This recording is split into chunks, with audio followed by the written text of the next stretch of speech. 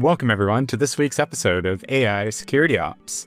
So picture this, a developer downloads an AI coding agent, points it at the codebase and says, go fix these bugs.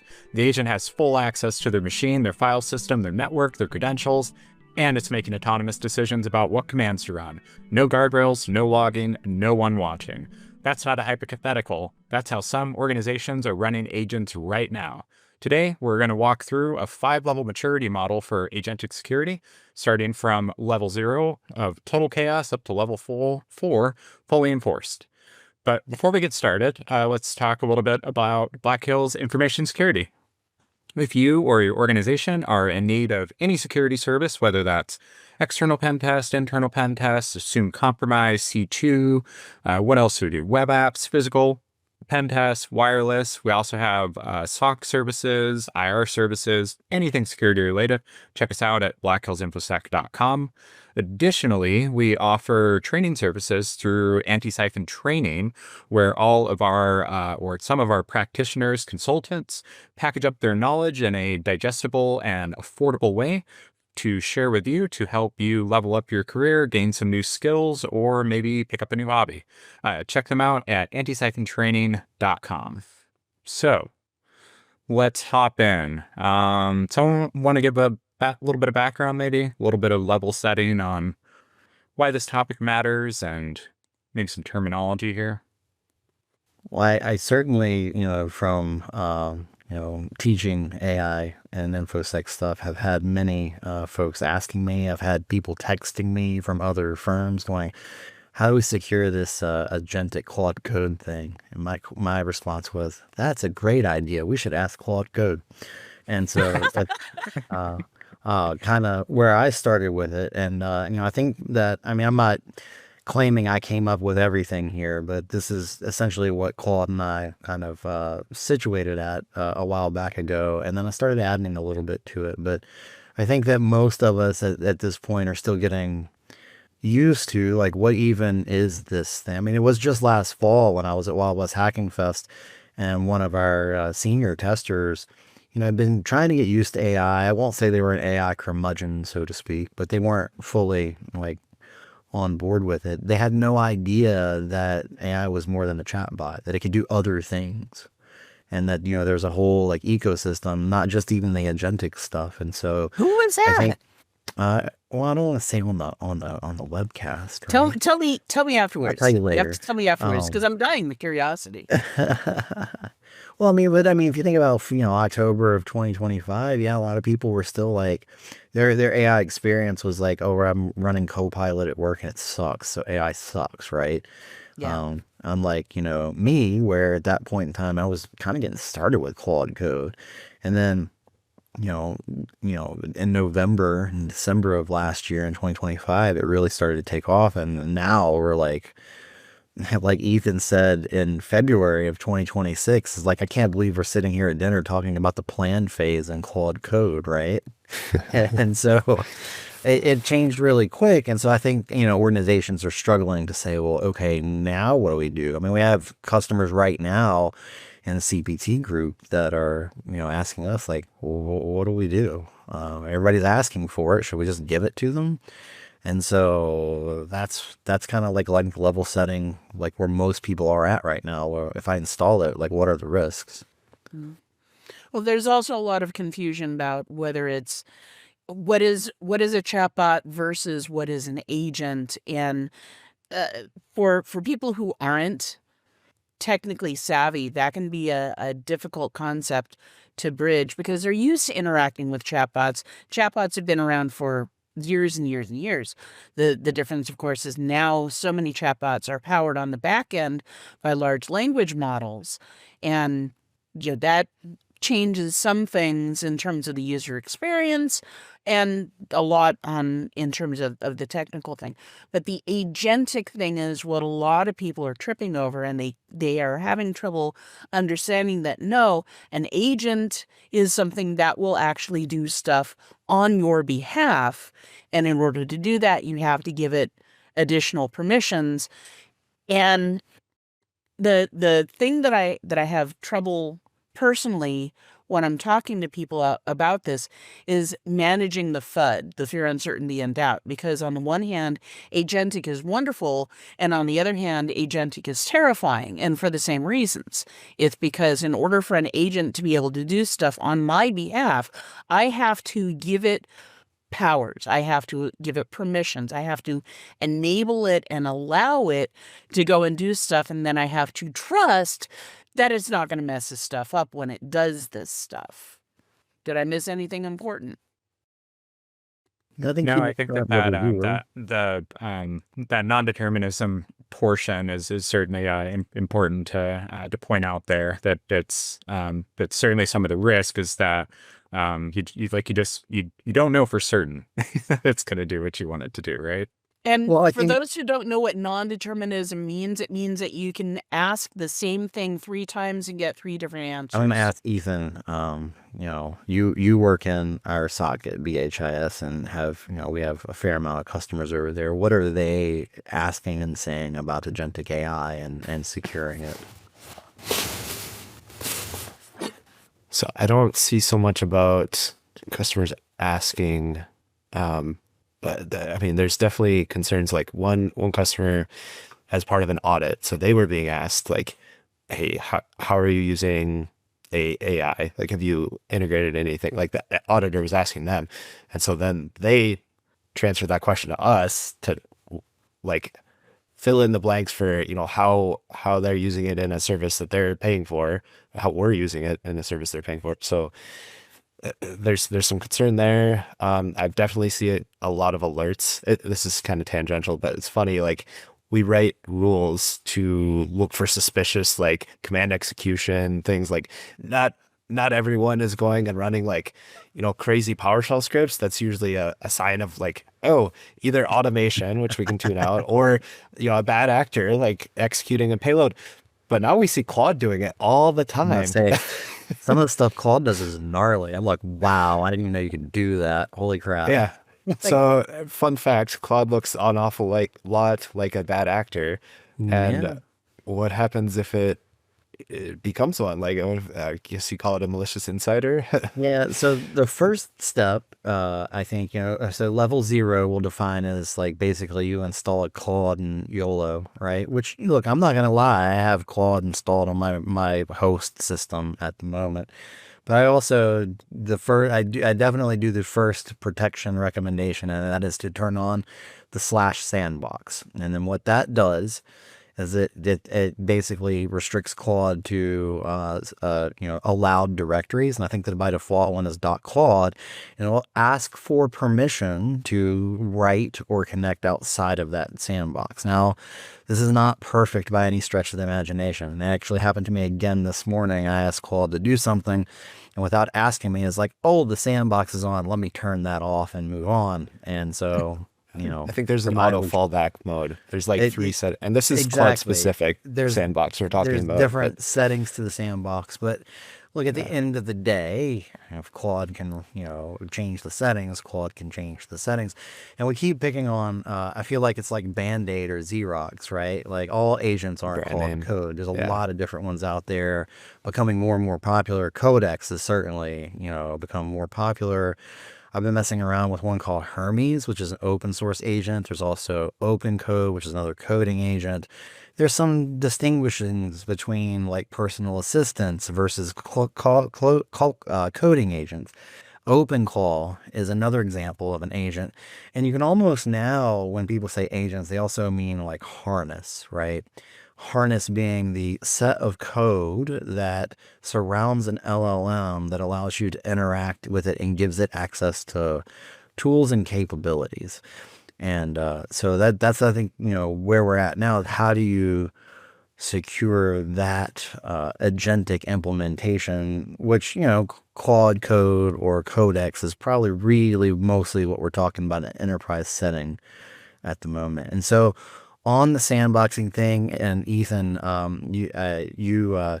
I think we're recommending the same thing when we're talking about it, is that if you're writing a project, if you're doing something with agentic coding, use Docker. Like turn on the sandbox and then also use Docker, because then your code will execute in a container that's not your host machine. I actually use I usually use my agentic stuff in a container on a VPS. So there's that. Double. Yeah. So I think this is a good segue to like talk about like kind of a framework of how these different levels apply. So I'm going to reference Simon Willison. He's maybe most well known. He's got a blog, a newsletter. It's great stuff. I recommend it. I subscribe. But he's well known for coining the term prompt injection. First of all, claim to fame there. But so he defined what he calls the lethal trifecta, and the trifecta is access to private data. So it's talking about an agent, the ability to communicate externally, and exposure to untrusted content. So yeah, the lethal trifecta, like those three things need to exist before you have a recipe for a bad time. But by default, if I install Claude Code and I ask it to go off to a website and render that way or analyze that website, I've just basically given it that lethal trifecta. Yep. So the different levels and the different strategies, like we've got to kind of define in levels, but they're not necessarily mutually exclusive or like one above the other. Like you can layer them together and do. So Derek talked about sandboxing. But that's level 1, sandboxing. So yeah. level so that 2 would be maybe, so sandboxing can serve multiple roles, right? Like it can restrict file system access. So what access to private data does it have? And that's personally my biggest concern and like what I use it for. So I use Docker and, you know, have volume mounts and stuff. So most sandboxes could have some ability to also like restrict the network access. So Derek, what you're talking about, like, you know, you tell Claude to go out to a website, you might in your sandbox be able to define hard limits like firewall or ACL type rules that say, hey, you're allowed to get to this, but not over here. And then there's the whole debate on allow list versus deny list by default. And that kind of covers the second leg of the trifecta, like the ability to communicate externally. Like you're at least defining that. You're intentionally defining it rather than giving it free reign. And then the exposure to untrusted content. I mean, honestly, unless you are scrutinizing everything that goes into your context, into your prompt, into what it's accessing, it's gonna be more and more common where you're gonna get untrusted content and possibly malicious prompt injection. Like, yeah, I'm not really sure that it's possible to entirely do that. Yeah, no, not unless you have a project that is completely self-contained. Yeah. Like you find all the reference material, you compile it, and you set it for a specific task. But then that's more like, you know, that's a one-time thing. Because when we're talking about everything that goes into the context window, it's all your skills, everything that you've put into call, and it's like it'd be a lot of work. all going into your prompt to the LLM now. And so I don't know many organizations that have moved past sandboxing into controlled, which would be our level 2 here, where we're going to add things like tool allow lists, permission hooks, configuration management, and dependency policies. Now, some of this is built in to things like Daniel Miessler's Pi, the personal AI infrastructure. There are security hooks in there. You know, the Agentic platform that we built for externals at Black Hills, Edge Case, is got some banned commands. Like every agent that runs a tool is scrutinized, and there's some commands that, you know, won't run. Like netcat's not allowed, right? It doesn't need netcat for anything. And so, you know, removing files not allowed. I've actually had Pi security hooks tell me before, sorry, I can't delete that. It's a security hook, right? And so hooks are things that are built into agents, Claude Code, where at specific times they'll run and hook into that code. So when a tool runs, when it exits, there's like 4 or 5 different times during the agentic loop that it will try and call a hook. And so that's one way. Let's see, another control. Oh, go ahead, Ethan. I guess just for comparison to the sandbox is kind of like putting a bubble wrap around actually there's a sandbox called bubble wrap, but like around your thing, like around your execution, your agent harness, whatever. And what you're talking about, I think, is more configuration that the agent harness makes available. It's Right. like more tightly integrated to like how it's calling the LLM and Yeah, we call that like interpreting the level responses. 2. And And something we didn't mention, there are a couple of different sandboxes out there. Microsoft just released one. Brian was talking about is a Microsoft product, Sandboxing. NVIDIA has one called NIM, I think. That's a sandboxing technology. I stuck with Docker because I've been using Docker for a while, and I don't know, I'm used to using it, right? I mean, if you want, and a lot of our pen testers do this, you could always just run it in a VM too. That would count as sandboxing. The But only yeah, thing I I was talking don't more. like, the only thing What's I that? don't like about using a VM is that it is, you can't get access to GPUs that way. Yeah, it's more difficult.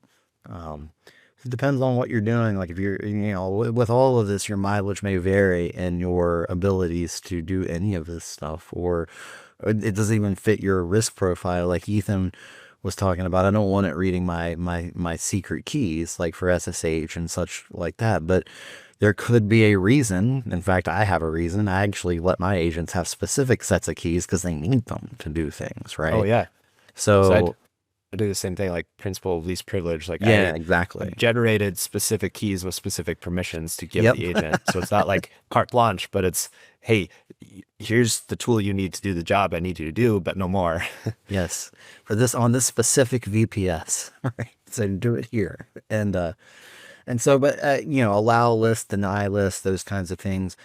And I think that most organizations will start going down this road pretty soon, in terms of using your existing configuration management to control agents. And then the control I mentioned, like I don't see these as strictly like mutually exclusive or specific one layers on top of the other. Like you can combine them. So we actually, when we started integrating or adopting agentic workflows in the SOC, we started with level 2. Like we didn't have a sandbox. We skipped level 1. we started with configuration of Claude and putting in hooks and allow list, deny list, all that kind of stuff for both network and for you mentioned like Pi does, like specific commands, like, hey, you can't run this command without approval. And that was baked into the agent harness, which then enforced it. All right, so Brian, what do you use? Depends on the situation, but I definitely have on, like, it has to ask me permission before it does anything. That's one of my main things. And in certain situations, I'll use like firewall rules. Like if I don't want it talking, like if I'm going to use a local thing and I want to make sure it's not going to talk out to the network, then I'll put in like UFW rules to just allow it to communicate locally from that specific system to my local systems in the environment. Mm-hmm. I think Derek mentioned this earlier, but if you're not a wizard in UFW or IP tables, you can just ask the agent, right? Yeah, exactly. Like, not necessarily to do it, but to like, hey, how would I do this? And then you can look at and make sure that you don't see any glaring holes that it's putting a backdoor for itself in or something. It's funny, as a side note, I've pretty much stopped saying, oh, I got Claude to do this. Now, I know I said that kind of earlier. I was making a point, but I think the terms are going to go away, like vibe coding, and I did this with AI. It's just going to be assumed that everybody's using AI. And we had someone in our sales group say something this week that just kind of has stuck with me. And that is, shout out to Tom. Tom said, this time last year, all companies were coming to us and saying, well, do you use AI? We don't want you to use AI. Like, don't use AI on our stuff, right? And now companies are coming to us expecting that we are using AI, wanting us to be disappointed if we're not. Well, disappointed if we're They've seen the not. results. based on conversations I've had with CJ, everyone's coming in expecting that we're using AI. Some want clarification on what that looks like. And now, of course, as you say, some want us to use AI thinking that somehow the results is going to be better than from using humans.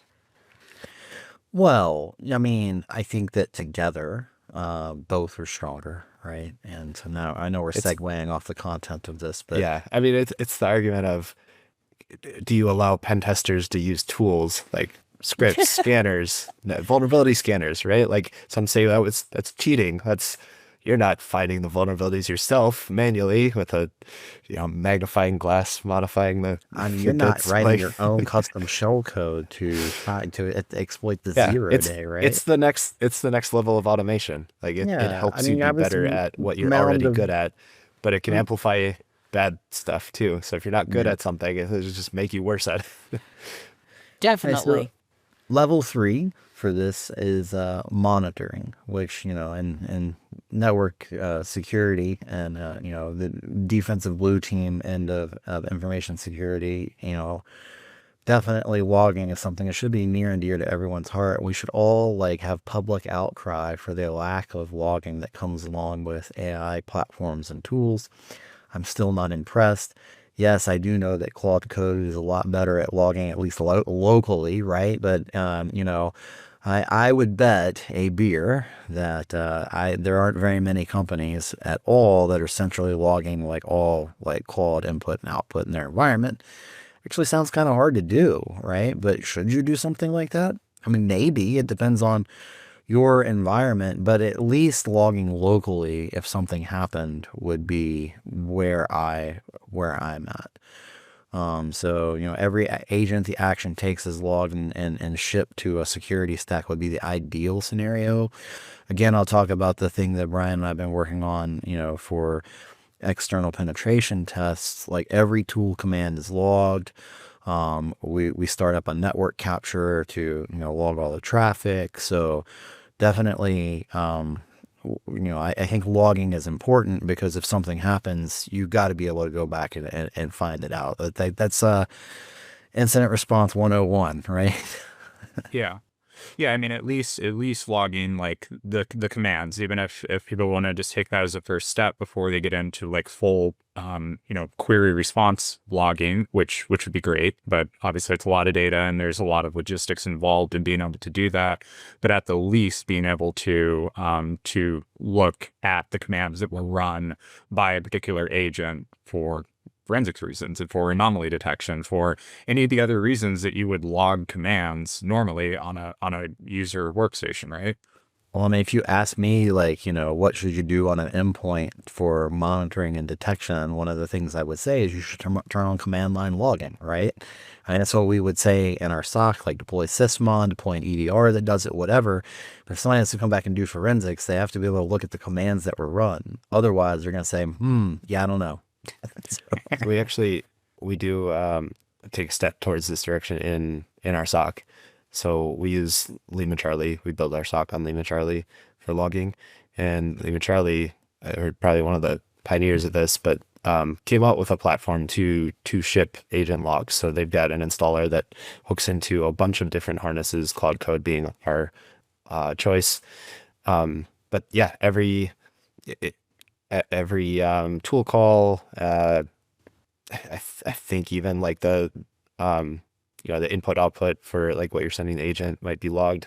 I was looked at it trying to lately, lob but up a softball for you for, hey, we do this in our SOC, right? yeah. The name, I'm not sure if it's gonna stick or not, but it's currently branded as Vibe kind of like Vibe Rails. kind of like guardrails. But yeah, it's a logging telemetry platform centralized, and then you can write rules to take action and to like stop stuff from happening live as well. So I'll tell an anecdote here. I was prompting, so this was back before I used Docker, and I was doing what you did, Brian, and have it like ask me before it runs any command. And so I was working in a Git repo, and I was trying to get it to use the GitHub CLI to create a PR, which it's done plenty of times without problem before. And so that was fine, but I wanted it to take this markdown file and attach it as a file to the PR instead of like, copying the content and putting it in a comment, because it was just, it was an artifact. It was long it was a long document. It didn't need to be like a comment. So I just wanted to attach as a file, and it couldn't figure out how to do that. So it decided on its own, like, I'm gonna copy this content or this file to a public gist, whatever. And that came up like, hey, would you want to allow this? I was like, no. No. No. What part of So no do you not understand? Yeah, that was its workaround for not being able to figure out the right API or the I mean, command line. it's a clever workaround. Yeah. So after that, because I had Guardrails like installed and logging, like Hayden went and wrote a rule to look for that kind of thing happening and just to have it stop.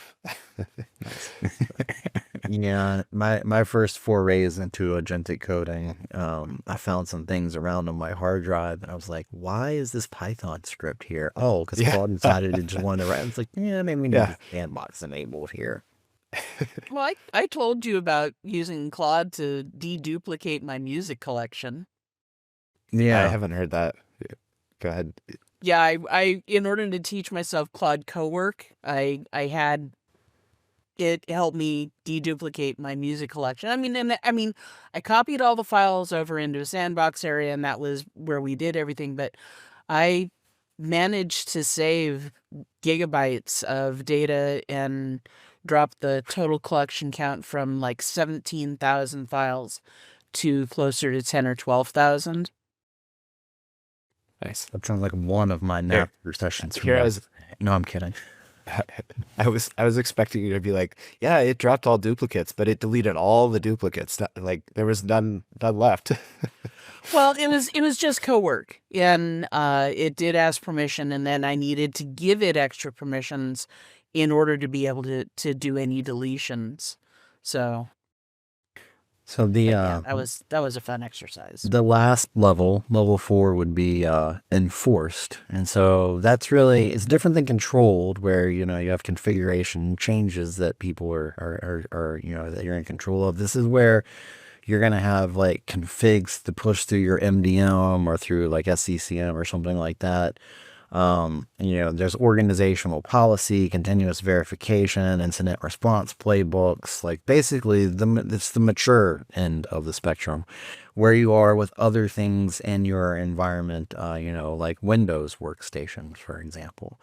And so I think that this is, agentic AI is probably groundbreaking enough where a year from now, like this is just where people will probably be. Or at least some organizations. I mean, I think there are some organizations who still aren't there with their Windows endpoints, right? But I think that this is the route that it's eventually going.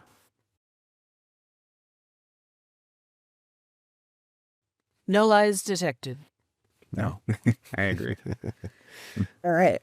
Well, so I guess, clean way to summarize this. Level 0 to 1, contain the blast radius where AI can act. That's your sandboxing. Levels 1 to 2, where you constrain capabilities like hooks, allow list, deny list, those kinds of things for commands. Levels from 2 to 3 is gaining visibility and from, to see what the agent tool calls are, what the agent can do. And then level 4 is, a mature security program with an enforcement of configuration on your endpoints. Anybody have any closing thoughts? RBAC is your friend. Don't forget that whatever you have access to, if you install a agent on your computer, that digital simulated reasoning entity that's up in the sky also now has access to the same data that you have access to. AKA Skynet. AKA Skynet. Exactly. We're in the early days. So be nice to your AI. Yeah. Tell it please and thank you. Thanks everyone for joining. I was waiting for somebody to say it. Keep on prompting.